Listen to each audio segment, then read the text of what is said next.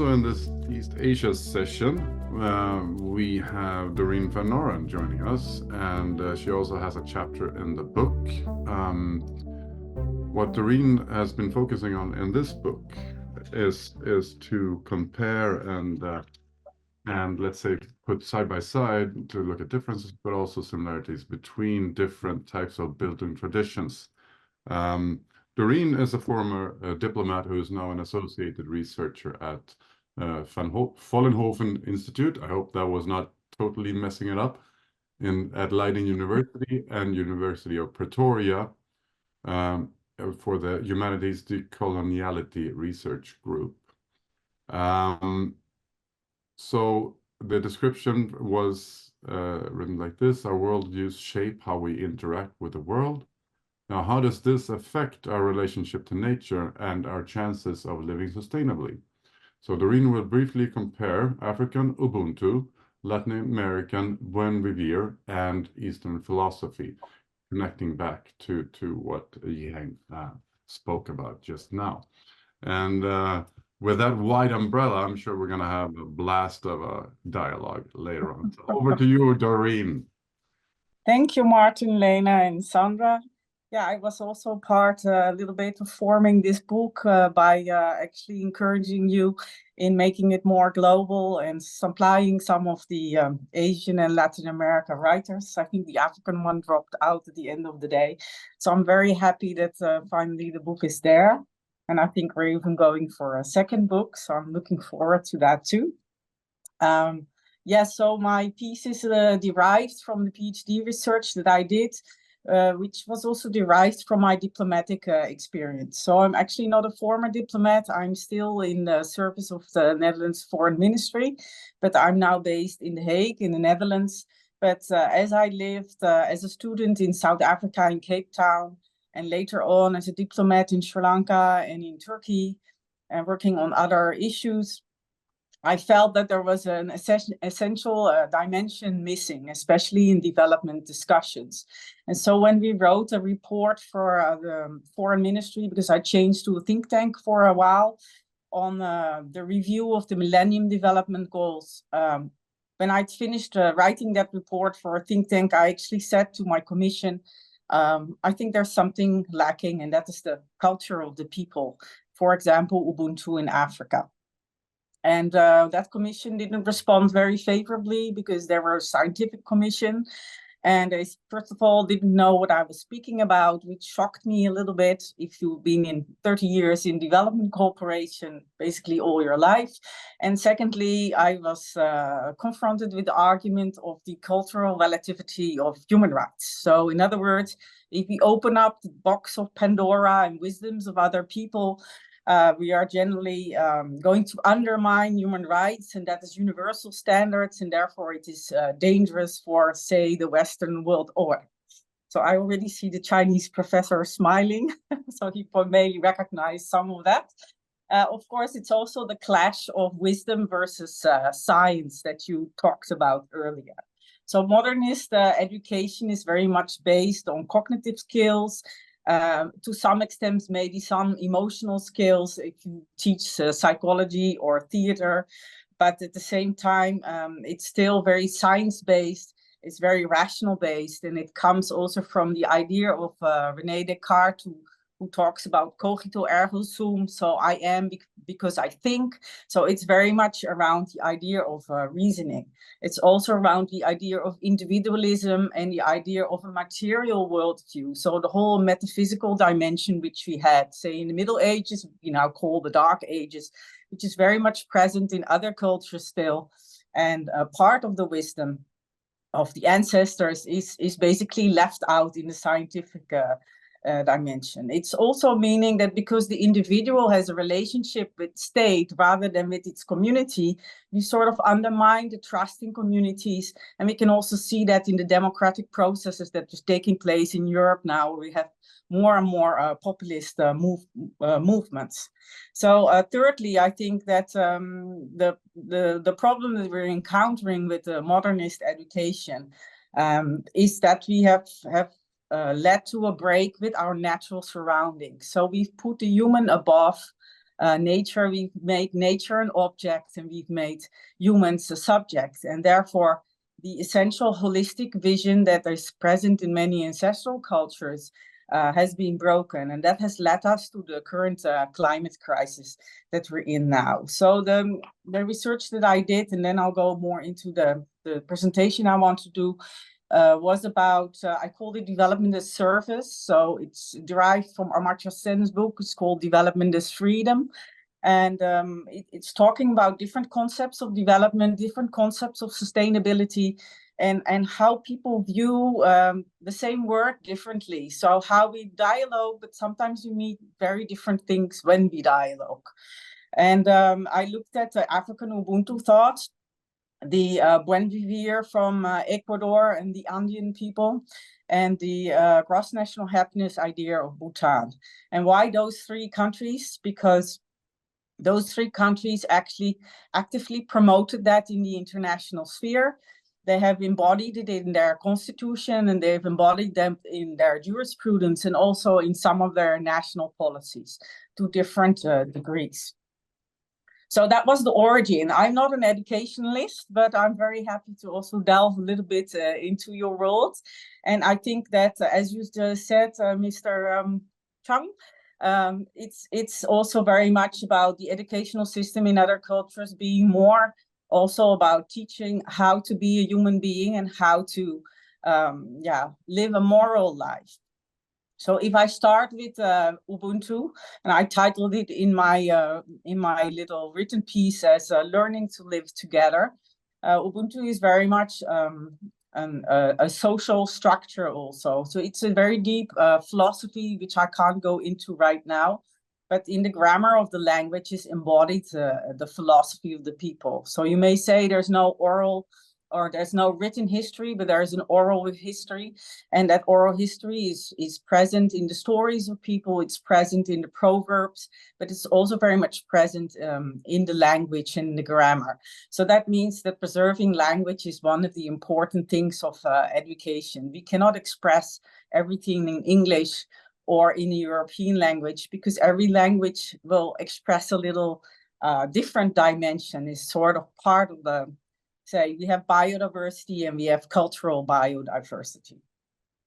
So in Ubuntu, basically is associated with the proverb, I am because we are, so I'm a person through other persons. So I cannot express my humanity without other people. So without you guys being here, it's no use for me to hold a speech or to share or to live, basically. So we're all part of one community, and our individuality is basically derived from that communality. So first of all, we are a community, and then we are an individual. And I think in Western thought, we often think the other way around, because we're so trained and taught to think as an individual and, you know, standing for your own rights and for your own freedom and for your own expression, that sometimes we may forget a little bit about this community part. Although we all know that we are born from our parents and from our grandparents and from the people who came before us. So we're part not only of an ancestral line, but we're also part of the greater community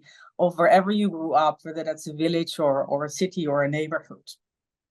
So the idea of compassion with one another and sharing within your community is very important within Ubuntu. And that community sense is not only extended to the people that are living now. So it's not the community of us here present today, but it is also the people who have gone before you. So the ancestors, or what they call the living dead, is part of your community. And not only that, it's also the future generations, or what they call the yet to be born, that are part of your community. So the community sense is much larger than the current day community. And why is that? That is because you owe a lot of things to your ancestors. So the wealth that you have, the talents that you've inherited, also the limitations that you have, all come from, you know, the context in which you were born to.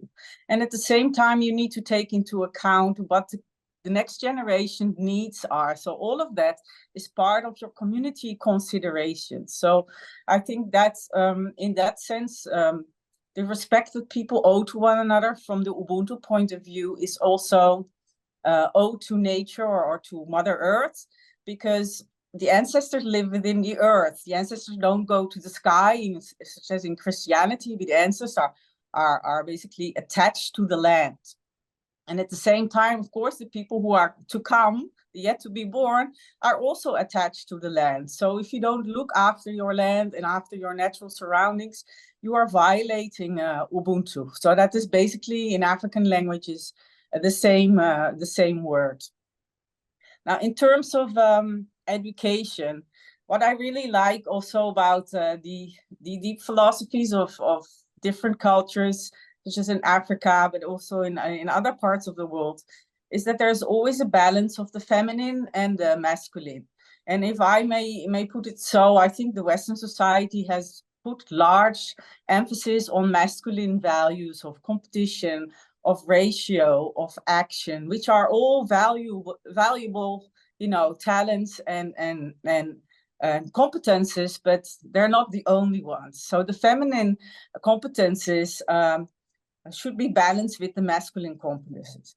And in African language, then they say you need to balance the warrior mind with the mother mind. So the warrior mind is the rational and competitive mind, and the mother mind is the intuitive, receptive mind. So on the one hand, you need to have your rational and cognitive skills, but it needs to be balanced also with a heart component and a component of being compassionate with one another and seeking consensus and seeking dialogue with one another. So basically in African education, it was at the one hand, teaching rational skills and courage, warriorship, economic development, eloquence. And on the other hand, it was also teaching about spirituality, ancestral wisdom, and respect for social structures and how to build a bond with one another. So the whole idea that we have in the Western cultures build around rights rather than build around responsibilities is turned around in the sense that you first have a responsibility towards your community, and then you derive a right from the fact that you have fulfilled your obligations towards your community. Yeah, so I think I'm going to leave Ubuntu here. I just want to repeat that I think it's important that in the African education, they have very much also followed Western models. Even in philosophy departments, they teach Western philosophy rather than African philosophy. It's now slowly coming also to the Netherlands that we're teaching some African philosophy in, for example, Leiden University. But yeah, there's still a coloniality of knowledge in that sense, that even in Africa, sometimes they have sort of erased their traditional knowledge in the name of science and progress and development. Now you have to tell me if I'm speaking too long, huh, Martin? So I move now to another part of the world. Yeah, I speak a long time about all of three of them. So when we come to Latin America, which was a little bit of foreign territory to me because I did not live in Latin America, so I went on a field visit to Ecuador, and they emulate an aspect of life which they call good living or Buen Vivir in Spanish. But Buen Vivir is actually derived from an indigenous concept which is called summa causa. And summa means the best and causa means living. So living as a verb, not living as a noun. So it's not about having a good life, but it's about living the right life. And for indigenous people, living the right life is living in harmony with nature. So I called it learning to be in harmony with nature if you talk about education. There was actually an educationalist who said to me, if you don't know how to grow plants, then you don't know anything about life. So the first thing that a child should learn in indigenous culture is how to grow plants, because then you know where life comes from, because you plant the seeds, you see the difficulty that the seed has in coming up from the earth, the fact that it grows in young stages and older stages, and at some point it dies. So it's about the cycle of life. So this whole thing about linear thinking of progress that we have in Western society is absent, because people think in cyclical ways, and it means that you follow more the rhythms of nature. So the whole idea of development is very much opposed in Buen Vivir and Summa Causa, because it means to make something better. And it also means that the trees will grow into the sky and they will never die, so that it will always all become better. And there is not a cycle of life where sometimes things also get tough and get less easy. What else can I say? Yeah, so the Buen Vivir led to an acceptance in the constitution and in the policies of the country. I'm not going to talk about that, but one of the features of it was to adopt rights of nature, and that's also becoming a much bigger global movement. But for indigenous people, actually living in harmony with nature is more about gratitude and reciprocity. So you practice reciprocity with other people and solidarity with other people, what Professor Chang called the more socialist basis also in Chinese philosophy is very much there. But you also have to practice reciprocity with nature, which I think for Western people, it also for me was a little bit difficult to conceptualize. How do you practice reciprocity with nature?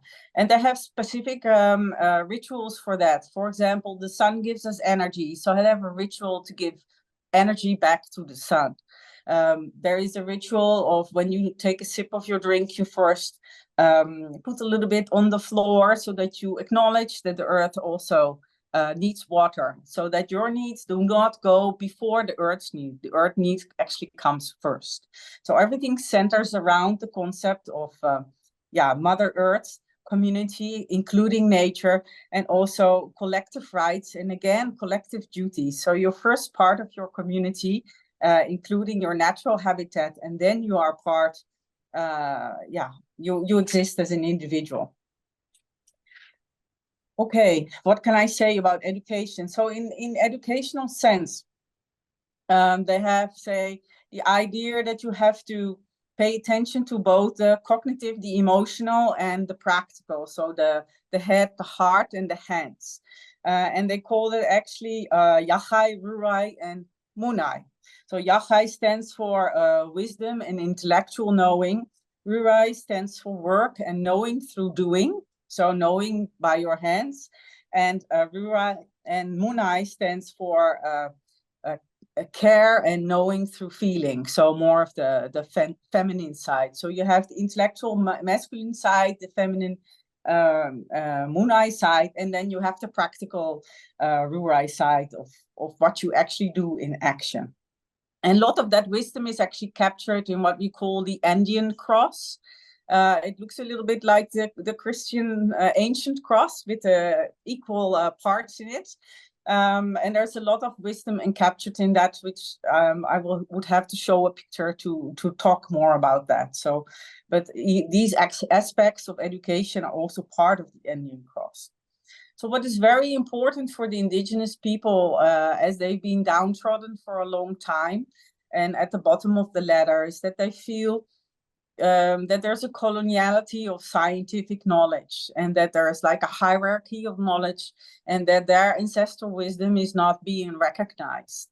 And there's very interesting documentaries, for example, about the Kogi Indians, and how a British journalist takes them around, and how they have so much intuitive knowledge that they can equal some of the greatest science of this century. So I found that a very impressive documentary, because they have a completely different way of acquiring that knowledge, mostly through very deep forms of meditation. Let me see. I'm going to give you a little bit of, this is not so much my own knowledge, but about what I read about more the educational side. So the principles that they want to emulate in education is what I already said, the epistemological pluralism, so which means that you acknowledge different knowledge systems, and not only a Western scientific knowledge system. That you acknowledge that the boundaries between those different forms of knowledge are not strict, you know, they're fluid. That there is a need for more holistic learning and recognizing interdependence of things, because all of Ubuntu, Buen Vivir, or Buddhism starts from the principle of holism and interdependence. That they want to focus more on cooperation rather than competition, that they want to focus more on compassion and non-violence, which you also find in Buddhist worldviews, and on the collective, and also on the collective learning. That's also why I wrote in The Cloud that it's very much, if you want to educate how to be human, we have to educate far more also about living together, and not only about excellence for the individual. I've lost a page. 1 second. Where is my other page?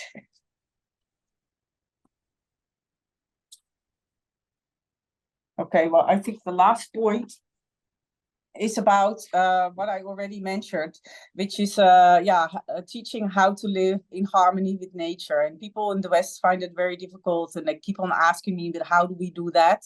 I think that my answer yesterday was indigenous people very much focus around being, and Western people focus about doing. And there was actually an indigenous speaker who said Western people also focus very much around the verb having. So there's a great difference between being, doing, and having. So being is also first, being receptive and understanding what the other person point of view is, but also digesting it, and at some point knowing what your own action will be, because nobody needs to tell you what you need to do, because you have your own mission in life. And when you are in touch with yourself, you will also find out what the right action is in your life. So the issue of being, rather than always wanting to go into action immediately. Right. And the other aspect that I wanted to emphasize is the idea that indigenous people very much emphasize interculturality. Of course, many Latin American countries are countries with many different nations. So the country is basically called plurinational because the different indigenous nations part of one country. So the concept of interculturality and intercultural dialogue, which you are practicing here today, is a very core concept for them also in their bicultural education. Now, I'm going to not take up all your time, so I'm going to go to a little bit into the happiness part of thing, and I want to close the Buen Vivir part of the lecture in saying that basically the core concept is Mother Earth and reverence for Mother Earth, and that all economic, legal, and governance systems in the indigenous view should be derived from the principle of Mother Earth. And so also the education should be around Mother Earth education. Leave alone how it's been practiced in practice, because there's been many difficulties in implementing. Now, lastly, I come to Asia. I've also not lived in Bhutan. I lived in Sri Lanka, but it's also a Buddhist country. So I had the privilege to also first intuitively learn about it before I started studying it. And I think that was very important. And I think if we take it from the other two, then Ubuntu is very much about the collective of humans extending into the natural environment. Buen Vivir is very much about starting from the natural environment towards the community in yourself. And I would say Buddhists, we start within ourselves. So we start with inner peace and harmony. And from inner peace and harmony, we derive also more harmony with others and harmony with our natural surroundings. So the idea of guardianship with nature is also very important for people in Bhutan. Now, they made a whole policy around it since 1972, when the king proclaimed that he was not so interested in their gross national product. When the journalist asked him, what is the gross national product of your country? Nobody knew, because nobody had ever counted in Bhutan the economic activity. It was very remote. But he said, it's not so important. What is important is the gross national happiness of my people. So, of course, the journalist was taken aback a little bit, because he didn't know what to do with that answer. But basically, the king said, I'm more concerned about the moral values of my people and how they interrelate than that I'm interested in exactly how much material possessions they have. So they started building a policy around that. It was also a little bit geopolitically motivated. And that policy centers around the respect for culture as the basis for development. And I think that is a very essential point, because I think in the Western culture, we tend to separate culture from the rest of society. And Bhutanese say to me, but culture is who I am. Culture is what I eat, what I speak, how I behave, my etiquette, how I was raised, basically your entire education from when you grow up. It's not something in the museum. And indigenous people would say, but culture is nature. It's who we are. Nature and culture is something you can't separate. So like Western culture or modernism has separated basically the cognitive from the emotional and the human from nature. They've also separated basically culture into a different category, which is for artists and for a certain section of society, and not so much something that we all carry. So therefore they said, without knowing our culture, you cannot come and do development here. So that is the first basic pillar. And then we build our socio-economic policies, our good governance policies, and very importantly, our guardianship for nature. So that has been put through in all policies, so also in education policies.